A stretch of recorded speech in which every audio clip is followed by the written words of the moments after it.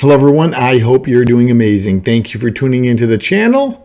Let's dive right into the facts and figures for the Phoenix metro real estate market spring 2025. A lot of crazy numbers are about to come at us, but I know together we'll get through it. And at the end, which you need to stick around for, you're going to see that now might be a great time for you to make a move. New listings.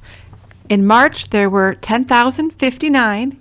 In the previous month, there were 9,575, and last year this time, there were only 6,128. New listings. Let's talk a bit more about them. It's great to see that we're adding more inventory to the market, keeping the rollover fresh, as it were. However, what's a little bit concerning to me is that we're up about 40% from last year. 12 months ago, we were right around 6,000. Now we've broken 10,000. So it's good to see new homes being put on the market. It gives buyers more selection, and it lets sellers know that they have to keep their houses in tip-top shape because they want to attract the buyers, so they write the offers, so then they buy their properties, which are for sale. And that's how this whole business goes. Buyers, sellers, sellers, buyers. And the wheels on the bus go round and round. Active listings. In March, there was a whopping 25,212. The previous month, there were 23,654, and last year this time, there were 20,523. Whopping. What a great word, Jennifer, because that's exactly what active listings are doing to this market, whopping them. But it's not necessarily a bad thing. The more homes we add to the market, the bigger selection the buyers will have.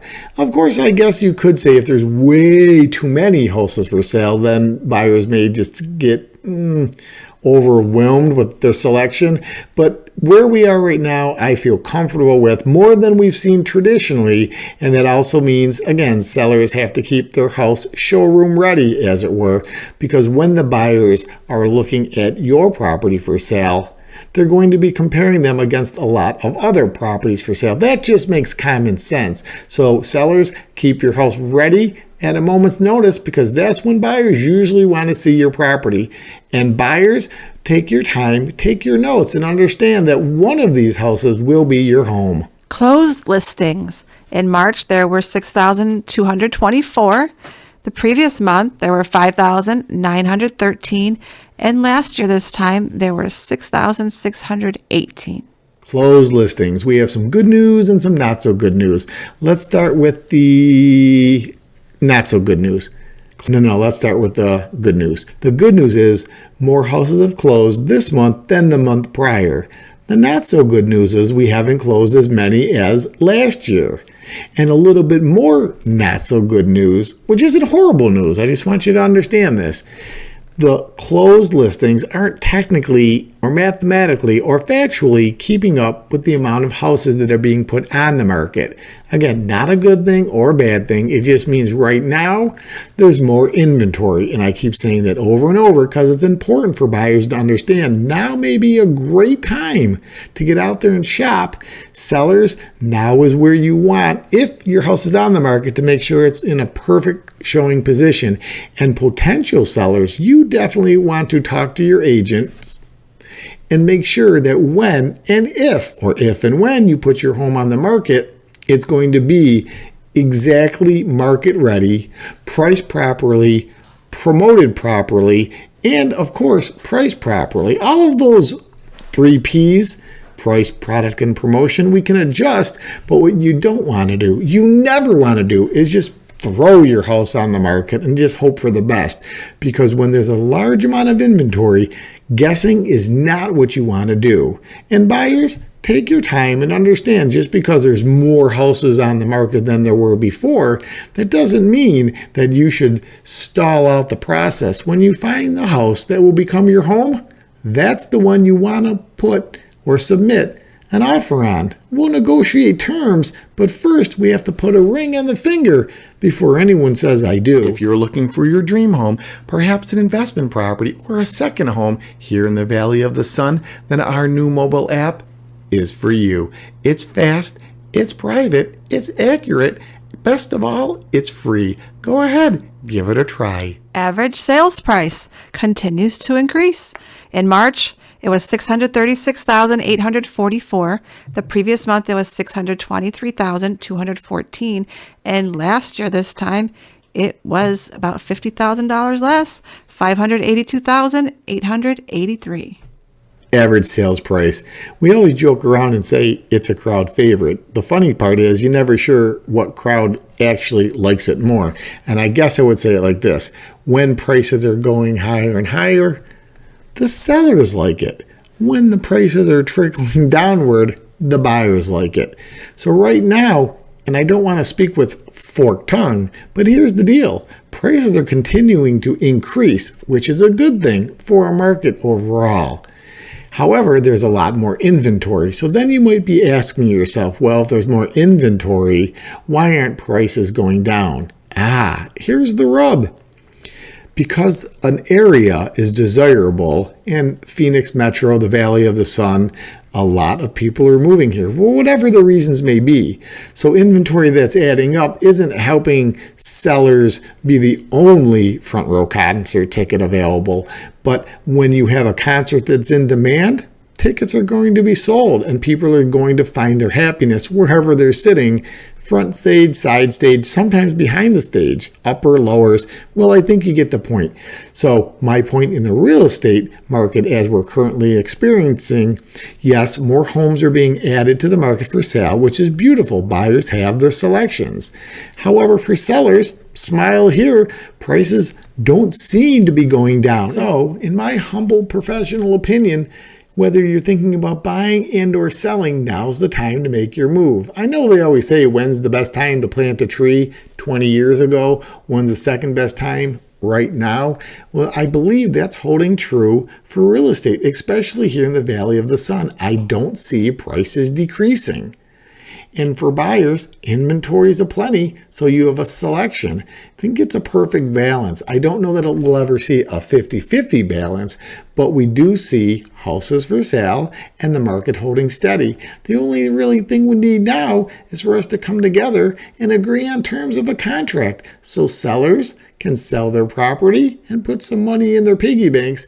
And buyers, you will have a home that you wanted because you took your time and selected the perfect one. If the data within this Phoenix real estate market update video, or any others for that matter, isn't clear, please reach out to me. I'd be honored to answer your questions. That's what this channel is about, helping you learn the facts and figures when it comes to most anything Arizona, especially real estate. Sold to list price ratio. In March, it was 97.6%. Last month, it was 97.6% also. And last year, it was 97.8%. And what that just means is if you got your list price as a seller, then the sold to list price ratio was 100%.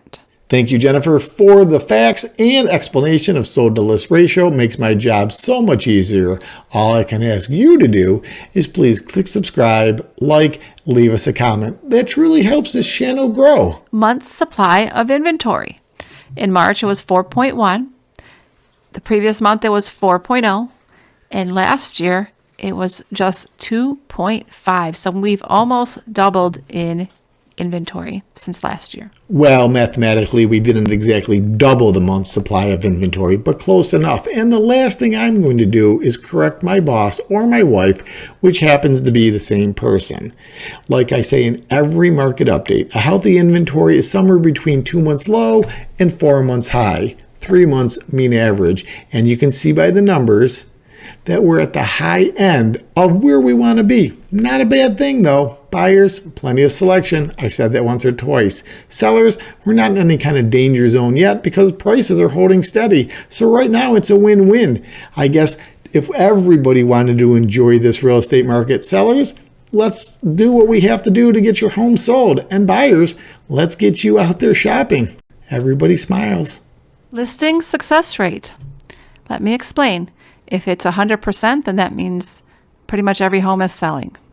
But they are not. Last month, it was 75.2%. And the previous month was 60.7%. And last year, this time was 77.3%. So they take expireds and cancellations into consideration for these figures. Thank you, Jennifer, for the facts and explanation, this time in regard to listing success rate. Let me take a deeper dive on that. Typically, when a house doesn't sell, we call it being canceled or expired. I'm sure there's other definitions or terms, but the gist of it is the home is no longer for sale. But like life and oceans, real estate and sellers have ebbs and flows, and many times they just change their mind. It's not actually a reflection of the market or the house product. It's just timing has changed for them. Maybe they want to test the waters at a later date. Maybe they're going to alter the house to make it more livable in their eyes, add the pool that they always wanted, or convert one of the bedrooms into a gym, whatever. Many are reasons why that house didn't sell. I like the numbers where they are now. We're right about where we were last year. The last couple of months, it did take a dive. My guess was election, interest rates were scaring people in the sense, and I think we've come to the conclusion now that they are where they are going to be, and we can always alter those interest rates. And I don't want to get into it. I'm not a lender. I know enough to be dangerous, but we can always buy down the rate or refinance if the timing comes. But what we see here is when it comes to listing success rate, we're right about where we want to be again. And I like what I'm seeing. More inventory. Again, prices are holding steady or increasing. That's a good thing. Shows the market is steady. So when we look at the big picture overall, not every house that goes on the market will sell. Of course, sellers would like to see that number be at 100%. And buyers, they really don't have a dog in the fight. When they find that house to call a home, they're happy with it. So that's really what I have to say about listing success rate. On to the next subject. Leave me a comment. Tell me what you think is going to happen in 2025. Average days on market. In March, it was 78. The previous month, it was 80. And last year, this time, it was 67. Last, but certainly not least, well, technically speaking, this is the last statistic I'll be talking about, but by no means the least. I love using days on market when submitting an offer for our buyers. It lets me know how aggressive we should be with that offer based on how long a property has or hasn't been sitting on the market. When it comes to potential sellers, we make it crystal clear that the average days on market is a good average starting point to suggest how long their property may sit on the market. If it falls into average, then let's go with those numbers. But if the property is unique, we want to adjust the mindset for them of how long the property could potentially be on the market. The more unique, or perhaps the more desirable, or less unique or less desirable a property and or area is, will tell us all we need to know when it comes to how long a property may take to be sold. If you like this video, make sure you check out this one. I'll see you over there. Until next time, take care. God bless America. I'll talk to you soon.